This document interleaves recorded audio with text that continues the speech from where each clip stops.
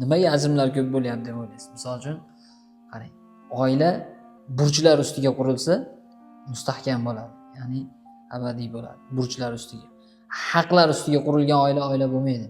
Nimaga desa, haqlar ustiga. Ayol aytadi, menga erim manaqa ishlarni qilib berish kerak, meni haqlarim shular. Ayol, erkaklar misol ayolim meni ya'ni manaqa narsalar qilib berishlik kerak, bu meni haqlarim deydi. Hamma o'zini haqqini talab qilsa, burchini qilmasa nima bo'ladi? Burch ustiga qurilgan oila abadiy bo'ladi. Chunki men erimni shu xizmatlarni qilishligim kerak, shunda men erim baxtli qilaman desa, meni baxtli qilish kerak emas, men baxtli qila olishim kerak. Erkak kishini hurmat qilishlik uchun puli, nasl nasabi, mansabi, ya'ni obro' e'tibori bo'lishlik shart emas erkak kishini. Faqat ayol kishida aql farosat bo'lsa bo'ldi. Bu oila baxtli bo'ladi inshaalloh.